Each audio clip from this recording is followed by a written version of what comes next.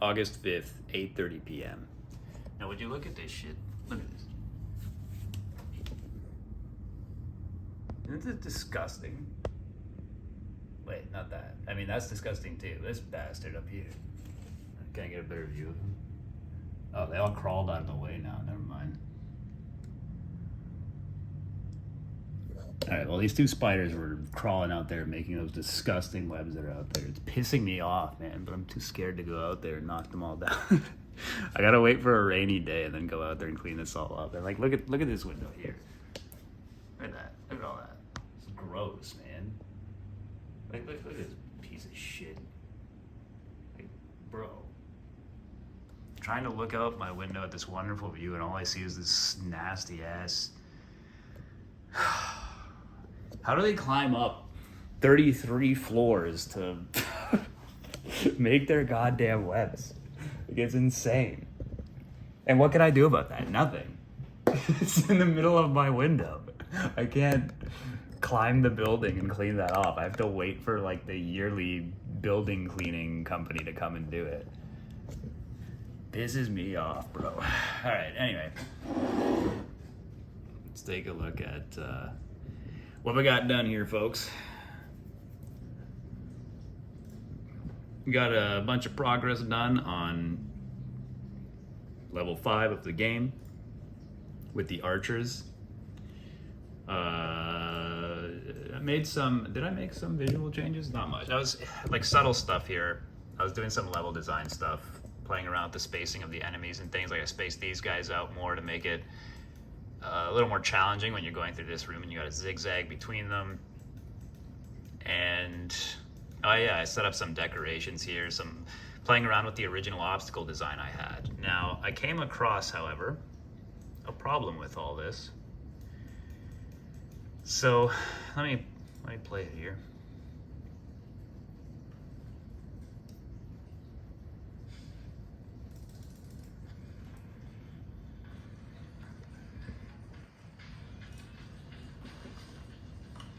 So, okay, a few things.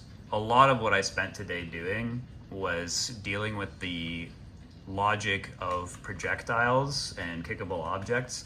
So they have so many different possible interactions, right? You can have projectiles hitting kickable objects, projectiles hitting projectiles, kickable objects hitting kickable objects, and then it also depends on where did they come from. Two enemies' projectiles, today they were colliding with each other, and I didn't want that because that's stupid, because it means some of the time they're missing you because they're two guys have crossfire and their arrows hit each other, so they end up just destroying themselves, like they cancel each other out. So I had to make it so that they could pass through each other. And then I was also fixing up something like, and I'll show you right here, some sound effects related stuff with this as well, but this is me throwing a shuriken at the last second to block the arrow. So stuff like that. And then I was thinking about whether or not to make it so that enemies can hit each other with kickable objects or arrows. But realistically, it's kind of hard to pull off. I'll show you an example here. So like these two guys here, right? They're perfectly placed to do something like that. But you kind of have to intentionally wait and then dodge at the last second to get them to do it. So it's not something that would happen all that naturally in the game, and I'm a little concerned about guys accidentally killing each other in the middle of a fight. So I don't know, I'll probably add it in as a fun little Easter egg for people who figure that out, and maybe give you like some bonus score if you pull that off. But yeah, just lots of logic problems I was dealing with on all these different possible interactions.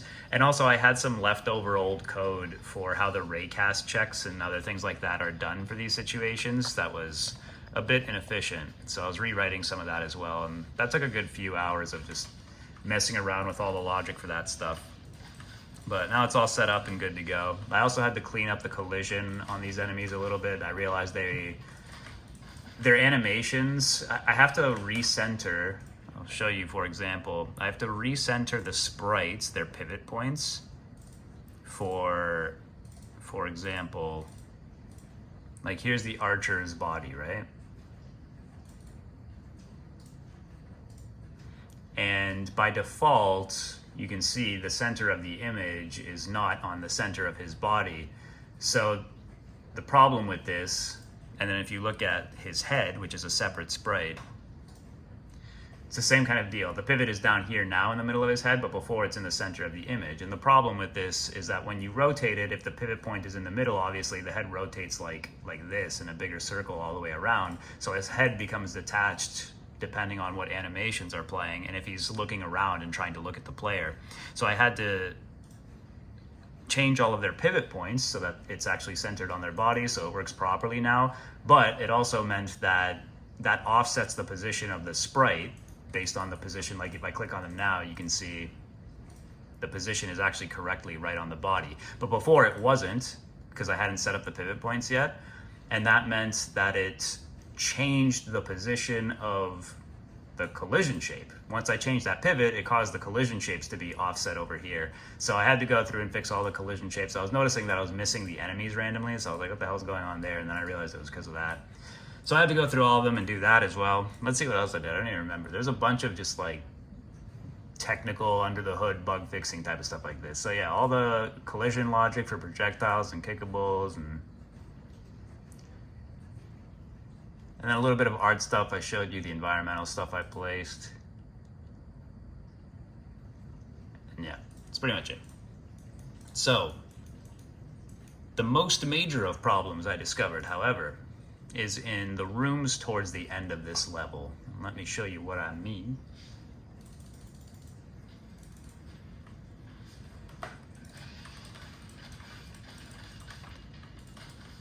Oh yeah, I need to, it's a kickable object that's supposed to be there that I disabled for Tetblock.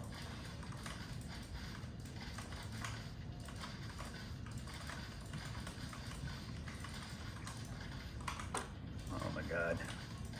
There's also an animation issue for when they got up from being stunned that I had to fix, so I cleaned that up as well. Oh my god, bro. So bad. Gotta stop doing that. Okay, so this room here is okay. This is like, in the original, let me show you quickly what my original designs look like. So this is how I block the levels out. And I send these maps with all these dimensions over to Amanda, who then actually creates all the assets, right?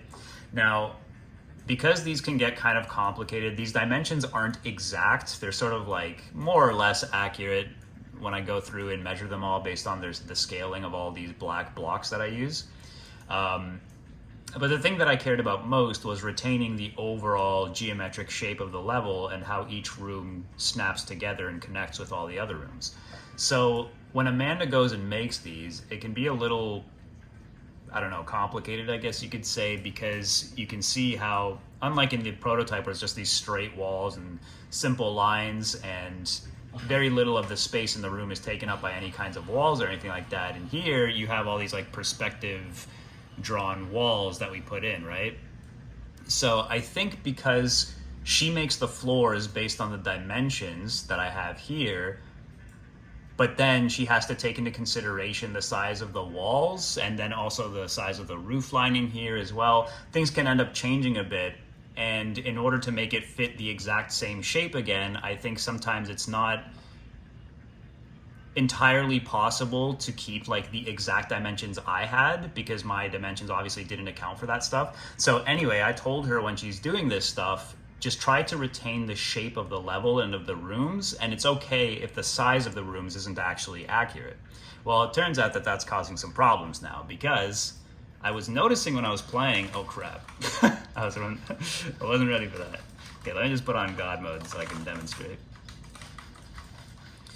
I noticed when I was playing that some of these rooms just felt off, like they weren't, the space that I had to play in didn't feel like it lined up with the original feeling I had in my prototype. And I was thinking about why, and one that really stuck out to me was this room, for example. The space here is super tight, really, really tiny. And I felt like that was kind of weird. I didn't think I would have made it this tiny in the prototype, and sure enough, I didn't. If you look up here, you can see there's actually way more space here. So this is an example of this, right? Like, she made this room, which actually is accurate to the original dimensions, but then when she went to try to match this up so it snaps here, you can see because of the size of all these walls, it ended up resulting in this floor space being a lot smaller lengthwise than it was originally. So yeah, so that was one problem, and then another one was this room as well. Similar kind of issue. There's like such little space down here, and it's super tight. And I thought there's got to be something wrong there too. And sure enough, here as well, you can see there's like a way bigger space that's supposed to be existing there. And finally, the last one is this final outdoor room. I wanted this room to be the first really wide open space in the game where you have to kind of dash around and navigate it in order to get around and hide from the enemies and kill them off one by one.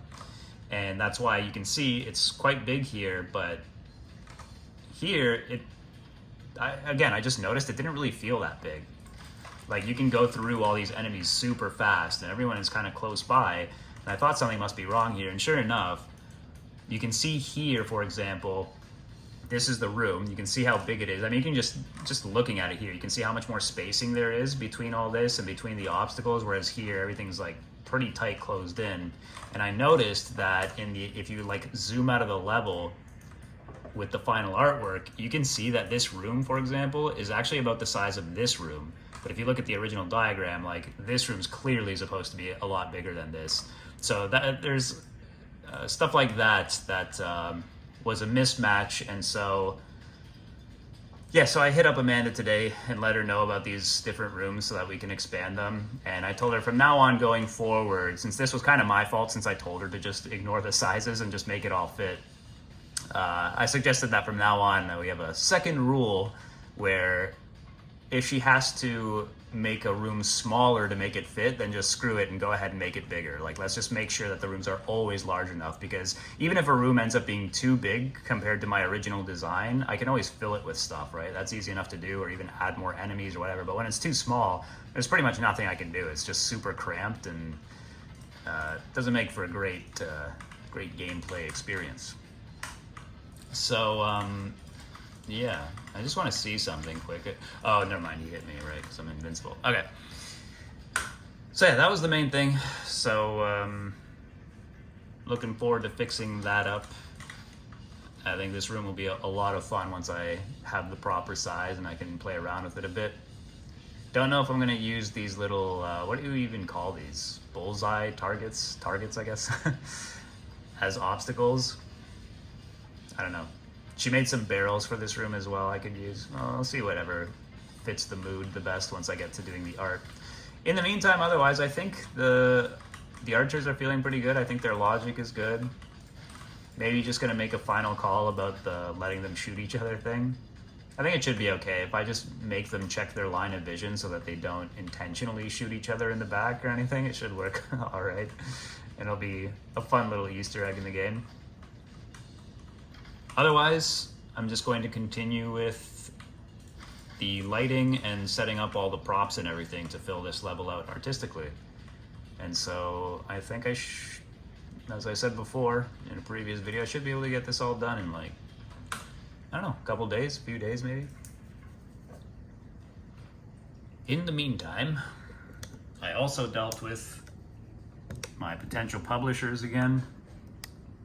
I am setting up a second stage now with two of them. I've got a second meeting lined up, and I'm doing a little back and forth with another, and I still have the meeting I mentioned with the Japanese publisher on Thursday as well, so we'll see where that goes. It's looking promising. And my GPU that I need to replace, that's causing me some problems. They started the express replacement thing for me, the warranty from Asus. So I just have to wait for an invoice from the original computer manufacturer to send that in so I can get that done. That'll be pretty sweet as well. It'll actually allow me to edit fancier videos because I can't use some of the effects in DaVinci Resolve or CapCut because of my GPU. That's really my main concern right now. And it'll be nice to be able to play some games without crashing. And also to be able to work on my own game without it crashing once in a while too. I think that's pretty much it for the game today. All that under the hood logic took up quite a bit of time. Yeah, that's pretty much it. Still only 8:30, so I'm gonna, well, not catch any sunlight since it's too dark for that, but I'm gonna catch some fresh air, I guess you could say. Take a look, do my usual relaxing, but also write a little bit of my scripts for my short videos that I want to do. And then I'll probably experiment. I didn't get around to it last night, but I'll experiment a little tonight since I got some time with shooting a couple shots for that and throwing it into an editing software and seeing what looks good, what doesn't, and slowly finally start getting that done. And yeah, I think by the end of this weekend, I'll for sure have this Archer level completely finished, and then I can start work on a longer YouTube video and start working on the next level after that at the same time. It's pretty exciting. Hell, I might finish it this week and then immediately look into making a trailer for that Brutal Indies showcase, maybe. Oh yeah, and for that MIX showcase, I 100% decided not to enter into it. I pretty much already mentioned that yesterday. All the info I got suggests it's not worth the money, so finally 100% decided not to participate in that one.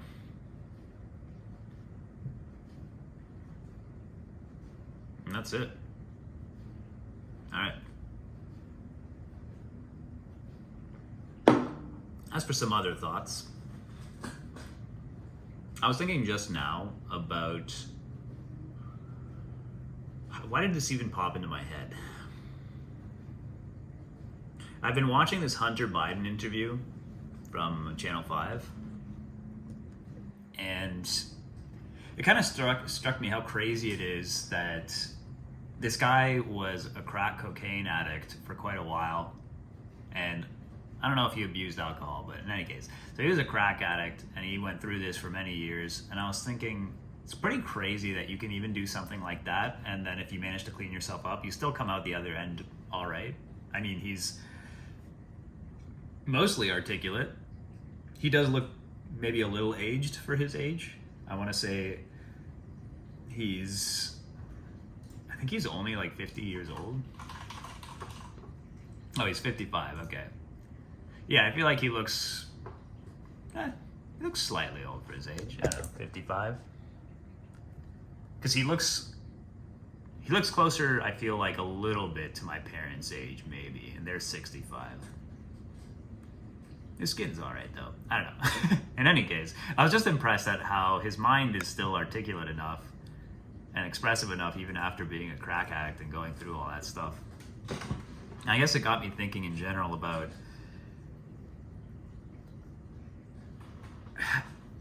the body's ability to protect itself. Let's put it that way. And it popped into my head for whatever reason. The idea of like how sensitive I think my generation is psychologically. This is kind of an offshoot, a little bit random, but I have this theory about sensitivity to psychological damage. Because when I think about what the generation prior to mine went through, like boomers specifically, and my parents as well, the way that they grew up, their lives were objectively definitely worse than my own. And yet myself and many people in my generation, we have extraordinarily, at least it seems to me, maybe this is a little anecdotal because I don't have the actual stats on hand, but it seems like we have disproportionate amounts of anxiety and depression and things of that nature. And yet our lives, I feel like, are materially, objectively easier. That's not to say that no one goes through rough things. People can still grow up in abusive homes and go through tough things and whatever. And I've talked about difficulties that I've had as well.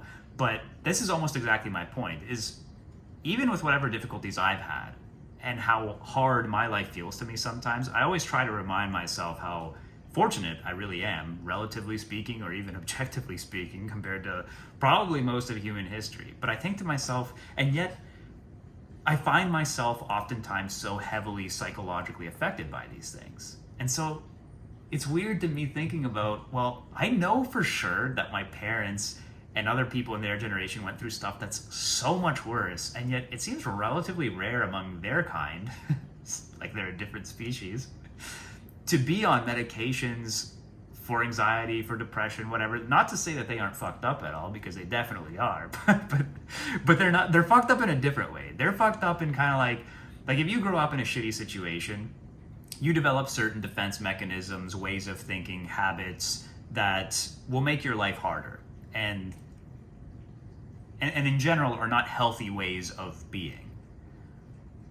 And everyone will have that, but it's as if the boomers only have that. Like, they're also fucked up in their own way, but you don't hear or see a lot of them being on medications for anxiety or depression, or even talking about having those things. Not to say it doesn't happen, because I know many of them do get that, but it just doesn't feel like this incredibly widespread thing.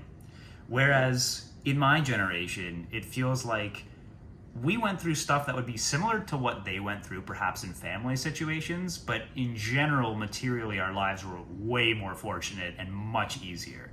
So why is it that we have so much more higher rates of anxiety and depression, of like, you get what I'm saying? Like, feeling the psychological issues, not just having problems, having unhealthy defense mechanisms or whatever, but actually experiencing how hard our lives are and feeling bad about that, in comparison to our parents' generation who went through harder things. And yeah, they're also definitely fucked up, but they aren't as crying about it. So I hate to put it in such simplistic and stupid terms, but really, like, they're just not like whining about it at all. It doesn't seem to get to it. To get to them about it. And part of it is definitely because they're delusional, and because some of them don't even see anything wrong with some of the things they went through growing up. But I think it's because of that mentality, and I suppose there's a trade-off here, that they're able to kind of get through things more easily because of that. Like, the trade-off, I think, is that they will never have the ability to overcome the habits and the problems that have plagued them for most of their lives because of personality or psychological issues they developed because of what they went through. But because they so double down on all those defense mechanisms that they do have, they're also somewhat impervious to being haunted by the things that happen to them. You know what I mean? Like, they won't go to bed at night and be staying up all night having anxiety attacks because of that shit. But people in my generation, I feel like, and younger people, you're doing that shit all the time. You know what I mean? And I don't know which is better, to be completely honest, because I also feel like even people who are aware of this stuff and who feel traumatized by it, or anxious or depressed, oftentimes still don't solve their problems, and they're haunted by it all the time. You know what I mean? They're kind of like the same as the boomers, as in they still end up repeating the same cycles in their own life, except they're also really self-consciously aware of these problems and the things they went through and suffer because of it. And anyway, the point of my theory of why I think we're kind of softer like that is precisely because of the difference or the disparity between the comfort in our lives and then the bad things that happened.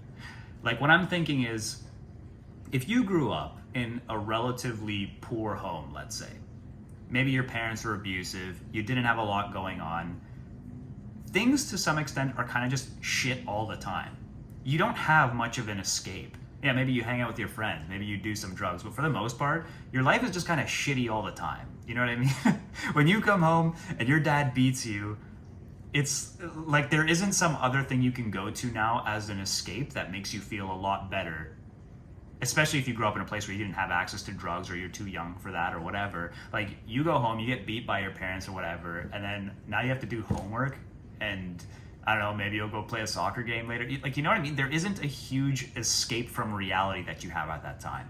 But now, and in the era that I grew up in, there's crazy escapes.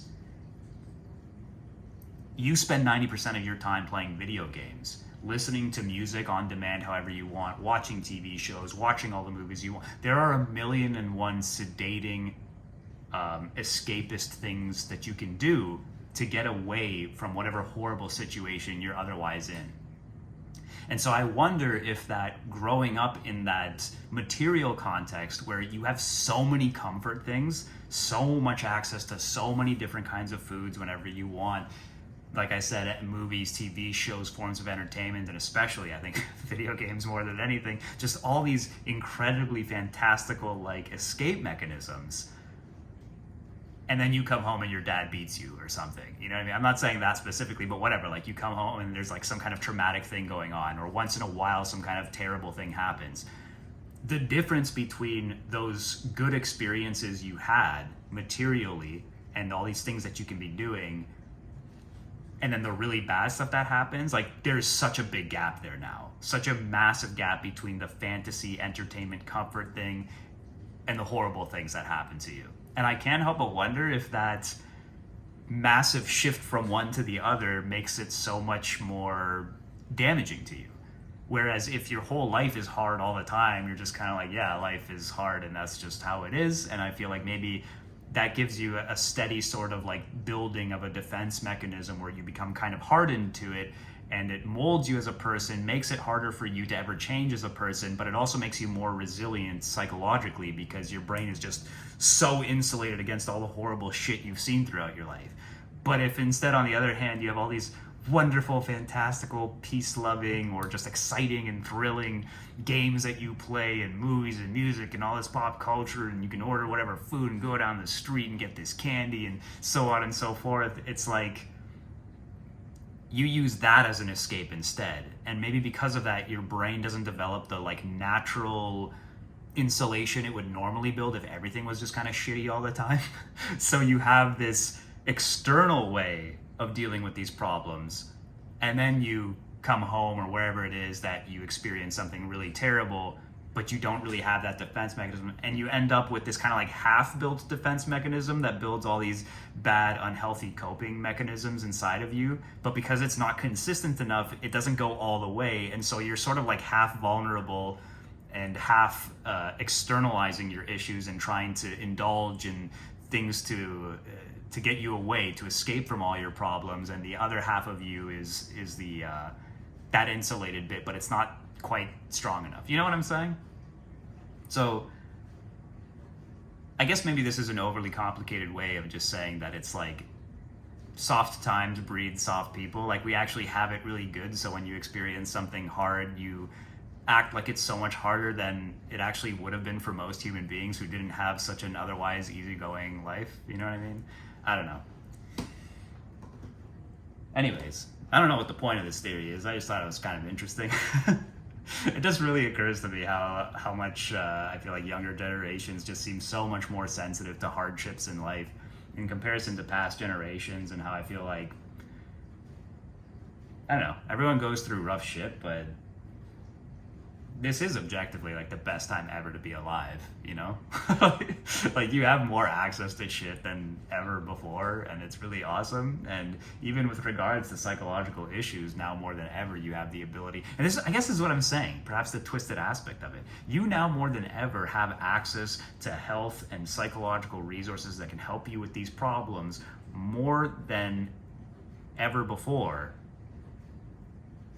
And yet it somehow feels like for a lot of people, they maybe would have been better off if their life was even shittier, and they just became really hardened like some fucked up boomers, and they never had to think about this stuff at all. You know what I mean? I wonder if for some people who are ultimately never able to completely heal themselves, so to speak, or to overcome their issues, if being exposed to the pop culture ideas of being really self-conscious about these things, and thinking all the time about how you're traumatized and how you have anxiety and how you have this, made you ultimately worse off in the long run, rather than allowing it to be normalized to you, which would allow your brain to cope with it better.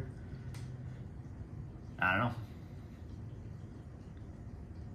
Ultimately, of course, I think it's for the best to be able to change yourself and to be able to work through your issues and all that, but I guess I just think there's a strange and interesting irony in thinking that perhaps being too aware of certain problems ends up making the problem worse in a way that your brain wasn't built to handle, unless you're the kind of person who is able to handle it or is able to work through the issues.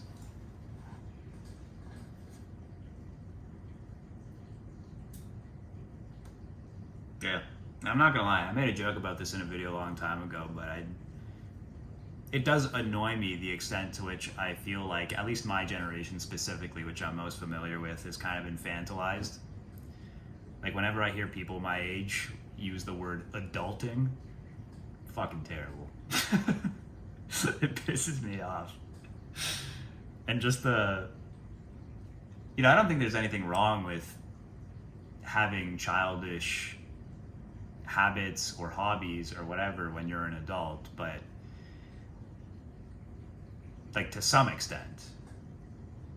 But I think it's kind of crazy how quickly it's changed in such a way that people around my age, like fully grown men, it's not just that they have some hobbies here and there. There's these fully grown men who are like, their whole fucking room is Pokemon toys, and that's just normal now.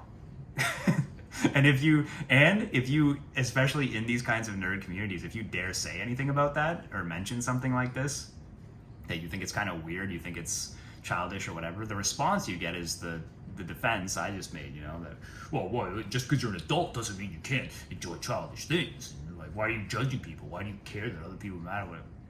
I don't know, man. I think for society at large, it means something that we have a whole generation of people who are increasingly infantile. I think this is a real fucking problem. I think it is reflective of a deep-seated fucking issue. And I don't think it's just a matter of individual personal preferences and like, who cares, why are you judging other people or whatever. And like I said, hey, nothing wrong with enjoying some entertainment here and there every now and then, but when it's like your entire identity hasn't evolved since you were like 14 years old, I think this is speaking to a fucking deeper issue in our culture at large. I'm just saying. That's just what it seems like to me. So, alright, that's all I got to say tonight. Peace, see you tomorrow.